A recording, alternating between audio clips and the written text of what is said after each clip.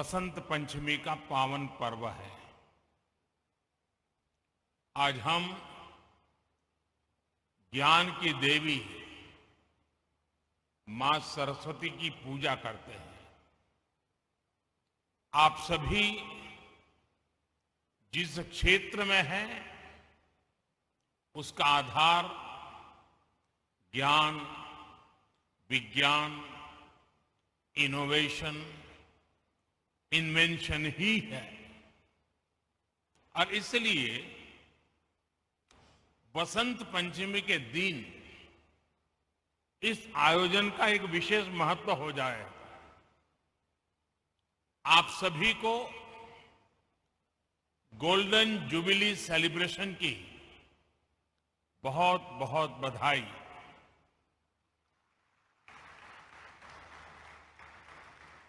साथियों,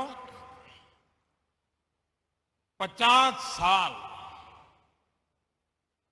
एक बहुत बड़ा समय होता है और इस 50 साल की यात्रा में जब जब जिसने जो योगदान दिया है वे सभी अभिनंदन के अधिकारी हैं।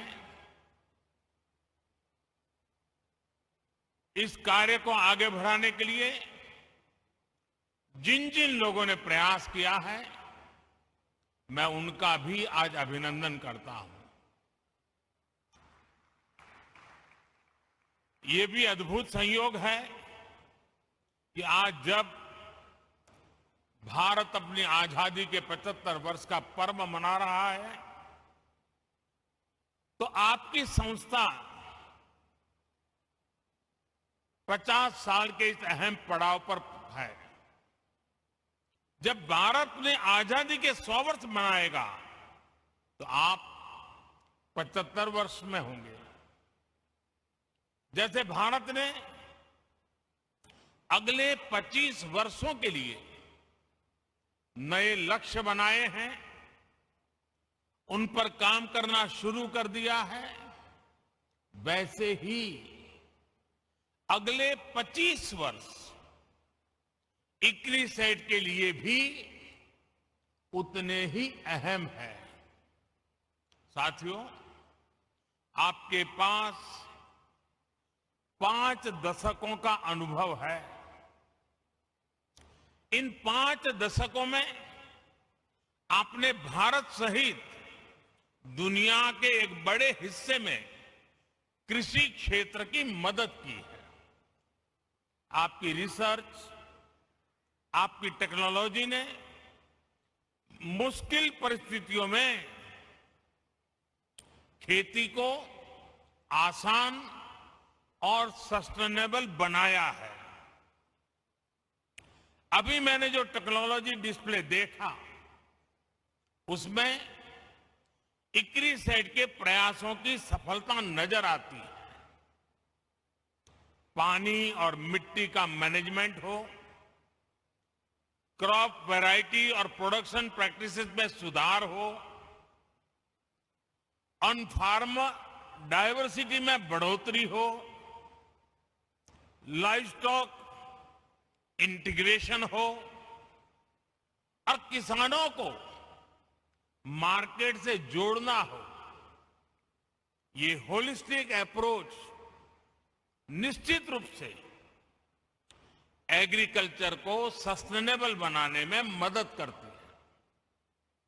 तेलंगाना और आंध्र प्रदेश में दालों, विशेष रूप से चिकपी को लेकर इस क्षेत्र में जो विस्तार हुआ है उसमें आपका योगदान अहम रहा है।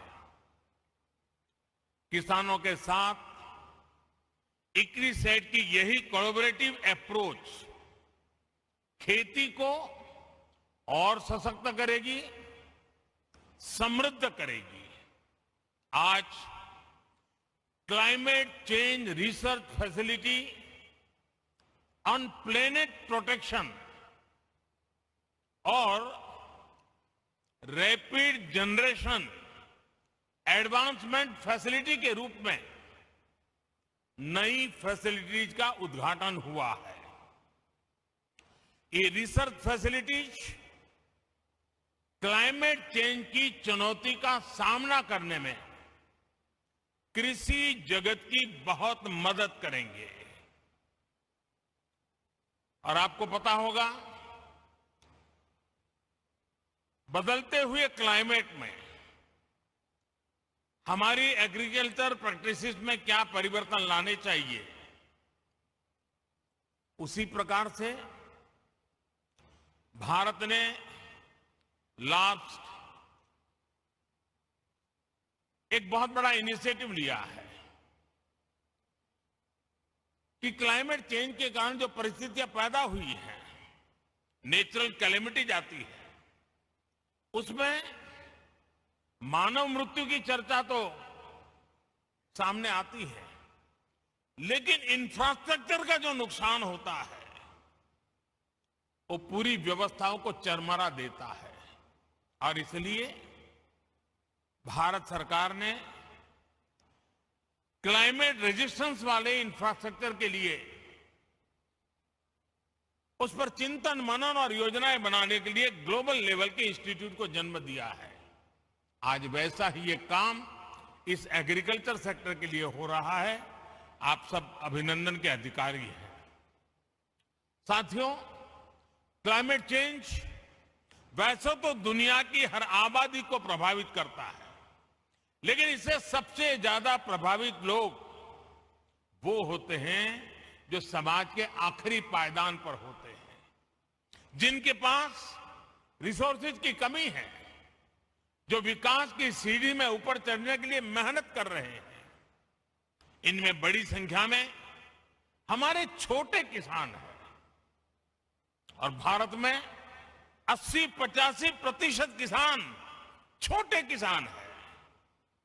हमारे छोटे किसान क्लाइमेट चेंज की बात उनके लिए बहुत बड़ा संकट बन जाती है। इसलिए भारत ने क्लाइमेट चैलेंज से निपटने के लिए दुनिया से इस पर विशेष ध्यान देने का आग्रह किया है। भारत ने 2070 तक 2070 तक नेट जीरो का टारगेट तो रखा ही है। हमने life mission, lifestyle for environment, इस लाइफ मिशन की जरूरत को भी हाईलाइट किया है। उसी प्रकार से प्रो प्लेनेट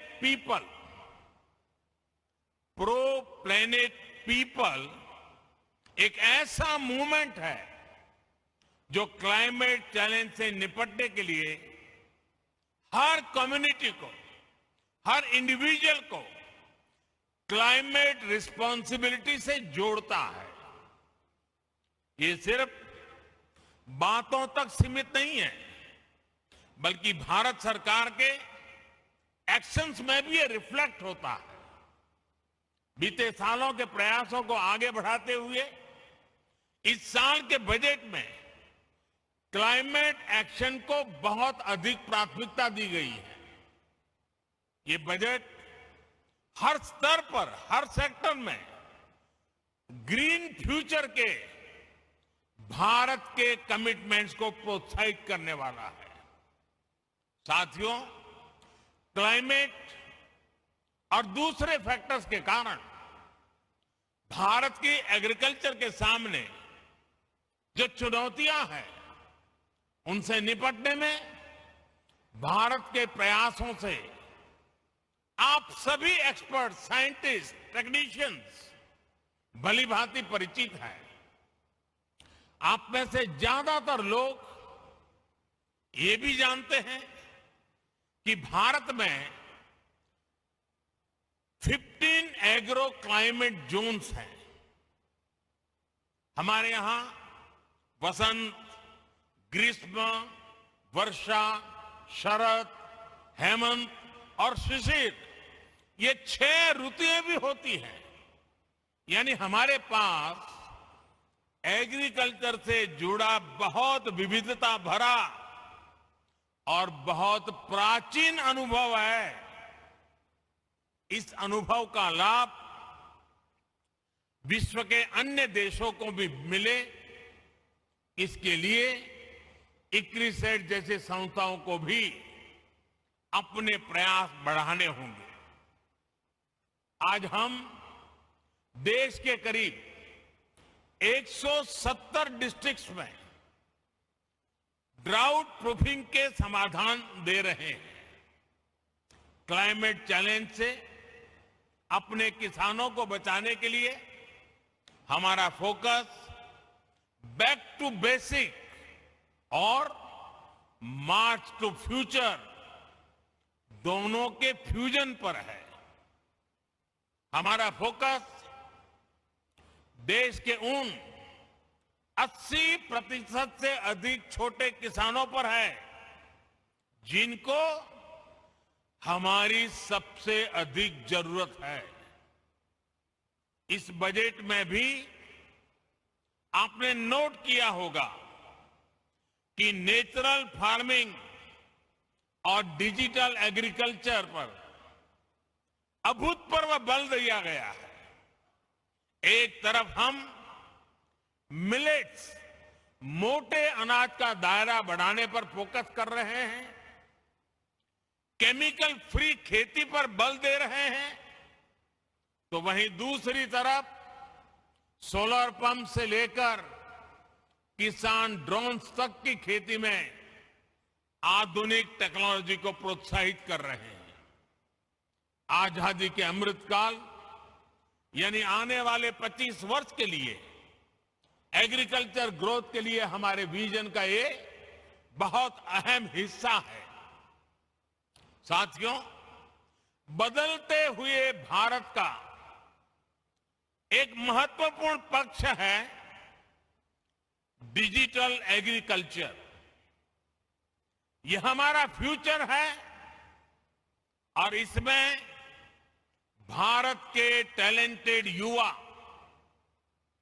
बहुत बेहतरीन काम कर सकते हैं। डिजिटल टेक्नोलॉजी से कैसे हम किसान को एम्पावर कर सकते हैं, इसके लिए भारत में प्रयास निरंतर बढ़ रहे हैं। क्रॉप असेसमेंट हो, लैंड रिकॉर्ड्स का डिजिटाइजेशन हो, ड्रोन के माध्यम से इंसेक्टिसाइड्स और न्यूट्रिएंट्स की स्प्रेइंग हो, ऐसी अनेक सर्विसेज में टेक्नोलॉजी का उपयोग, आर्टिफिशियल इंटेलिजेंस का उपयोग बढ़ाया जा रहा है। किसानों को सस्ती और हाई टेक सर्विस देने के लिए एग्रीकल्चर रिसर्च से जुड़े इकोसिस्टम्स और प्राइवेट एग्रीटेक प्लेयर्स के साथ मिलकर के काम हो रहा है। सिंचाई के अभाव वाले इलाकों में किसानों को बेहतर बीज, ज्यादा पैदावार, पानी के मैनेजमेंट को लेकर आईसीएआर और इक्रिसेट की पार्टनरशिप सफल रही है। इस सक्सेस को डिजिटल एग्रीकल्चर में भी विस्तार दिया जा सकता है।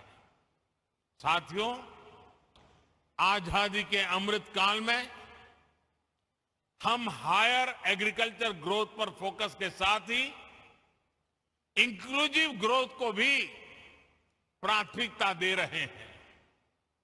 आप सब जानते हैं कि कृषि के क्षेत्र में महिलाओं का योगदान बहुत अहम है। उन्हें सब प्रकार की मदद देने के लिए स्वयं सहायता समूहों के माध्यम से भी प्रयास किया जा रहा है। खेती में देश की एक बहुत बड़ी आबादी को गरीबी से बाहर निकालकर बेहतर लाइफस्टाइल की तरफ ले जाने का पोटेंशियल है। ये अमृतकाल कठिन भौगोलिक परिस्थितियों में खेती करने वाले किसानों को कठिनाइयों से बाहर निकालने के नए माध्यम भी मुहैया कराएगा। हमने देखा है सिंचाई के अभाव में देश का एक बहुत बड़ा हिस्सा ग्रीन रेवोल्यूशन का हिस्सा नहीं बन पाया था। अब हम दोहरी रणनीति पर काम कर रहे हैं। एक तरफ हम वाटर कंजर्वेशन के माध्यम से नदियों को जोड़कर एक बड़े क्षेत्र को इरिगेशन के दायरे में ला रहे हैं। और अभी जब मैं प्रारंभ में यहां के सारे अचीवमेंट्स को देख रहा था तो उसमें बुंदेलखंड में किस प्रकार से पानी के प्रबंधन को और पर ड्रॉप मोर क्रॉप के मिशन को सफल करने के लिए कैसे सफलता पाई है उसका विस्तार से वर्णन मेरे सामने साइंटिस्ट कर रहे थे। वहीं दूसरी तरफ हम कम सिंचित क्षेत्रों में वाटर यूज एफिशिएंसी बढ़ाने के लिए माइक्रो इरिगेशन पर जोर दे रहे हैं। जिन फसलों को पानी की जरूरत कम होती है और जो पानी की कमी से प्रभावित नहीं होती, उन्हें भी आधुनिक वैरायटी के विकास से प्रोत्साहन दिया जा रहा है। खाने के तेल में आत्मनिर्भरता के लिए जो नेशनल मिशन हमने शुरू किया है वो भी हमारी नई अप्रोच को दिखाता है। आने वाले 5 सालों में हमारा लक्ष्य पाम ऑयल एरिया में 6.5 लाख हेक्टेयर की वृद्धि करने का है। इसके लिए भारत सरकार किसानों को हर स्तर पर मदद दे रहा है। तेलंगाना और आंध्र प्रदेश के किसानों के लिए भी ये मिशन बहुत लाभकारी होगा। मुझे बताया गया है कि तेलंगाना के किसानों ने पाम ऑयल की प्लांटेशन से जुड़े बड़े लक्ष्य रखे हैं। उनको सपोर्ट करने के लिए केंद्र सरकार हर संभव सहायता देगी। साथियों, पिछले कुछ वर्षों में भारत में पोस्ट हार्वेस्ट इंफ्रास्ट्रक्चर को भी मजबूत किया गया है। हाल के वर्षों में 35 मिलियन टन की कोल्ड चेन स्टोरेज कैपेसिटी तैयार की गई है। सरकार ने जो 1 लाख करोड़ रुपए का एग्रीकल्चर इंफ्रास्ट्रक्चर फंड बनाया है, उसकी वजह से भी पोस्ट हार्वेस्ट इंफ्रास्ट्रक्चर का तेजी से विकास हुआ है। आज भारत में हम एफपीओस और एग्रीकल्चर वैल्यू चेन के निर्माण पर भी बहुत फोकस कर रहे हैं। देश के छोटे किसानों को हजारों एफपीओस में संगठित करके हम उन्हें एक जागरूक और बड़ी मार्केट फोर्स बनाना चाहते हैं। साथियों, भारत के सेमी एरिड क्षेत्रों में काम करने का इक्लिसेड के पास एक रिच एक्सपीरियंस है। इसलिए सेमी एरिड क्षेत्रों के लिए हमें मिलकर किसानों को जोड़कर सस्टेनेबल और डाइवर्सिफाइड प्रोडक्शन सिस्टम का निर्माण करना होगा। अपने अनुभवों को ईस्ट और साउथ अफ्रीका के देशों के साथ शेयर करने के लिए एक्सचेंज प्रोग्राम भी शुरू किया जा सकता है। हमारा लक्ष्य सिर्फ अनाज का प्रोडक्शन बढ़ाना ही नहीं है। आज भारत के पास सरप्लस फूड ग्रेन है, जिसके दम पर हम दुनिया का इतना बड़ा फूड सिक्योरिटी प्रोग्राम चला रहे हैं। अब हम फूड सिक्योरिटी के साथ साथ न्यूट्रिशन सिक्योरिटी पर फोकस कर रहे हैं। इसी विजन के साथ बीते 7 सालों में हमने अनेक बायो फोर्टिफाइड वैरायटीज का विकास किया है। अब अपनी खेती को डाइवर्सिफाइड करने के लिए अपने सूखा प्रभावित क्षेत्रों में अधिक उत्पादन के लिए बीमारियों और कीटों से अधिक सुरक्षा देने वाली रिजिलिएंट वैरायटीज पर हमें ज्यादा से ज्यादा काम करना है। साथियों, इक्रिसेट, आईसीएआर और एग्रीकल्चर यूनिवर्सिटी के साथ मिलकर एक और इनिशिएटिव पर काम कर सकता है। ये क्षेत्र है बायोफ्यूल का। आप तो स्वीट सोरगम उस पर काम करते रहे हैं। आप ऐसे बीज तैयार कर सकते हैं जिससे सूखा प्रभावित किसान या कम जमीन वाले किसान अधिक बायोफ्यूल देने वाली फसलें उगा सके। बीजों की प्रभावी डिलीवरी कैसे हो, उनके प्रति विश्वास कैसे पैदा हो, इसको लेकर भी मिलकर हम सबको साथ मिलकर के काम करने की जरूरत है। साथियों, मेरा विश्वास है कि आप जैसे इनोवेटिव माइंड्स की मदद से, पीपल्स पार्टिसिपेशन से और सोसाइटी के कमिटमेंट से हम एग्रीकल्चर से जुड़ी तमाम चुनौतियों पर विजय प्राप्त कर पाएंगे। भारत और दुनिया के किसानों का जीवन बेहतर बनाने में आप ज्यादा समर्थ हो, बेहतर से बेहतर टेक्नोलॉजिकल सॉल्यूशन देते रहें। इसी कामना के साथ एक बार फिर इक्रिसेट को इस महत्वपूर्ण पड़ाव पर उनके भव्य भूतकाल का अभिनंदन करते हुए, उज्जवल भविष्य की कामना करते हुए, देश के किसानों की आन बान शान के रूप में आपका ये पुरुषार्थ काम आए, इसीलिए मेरी बहुत बहुत शुभकामनाएं, बहुत बहुत बधाई। धन्यवाद।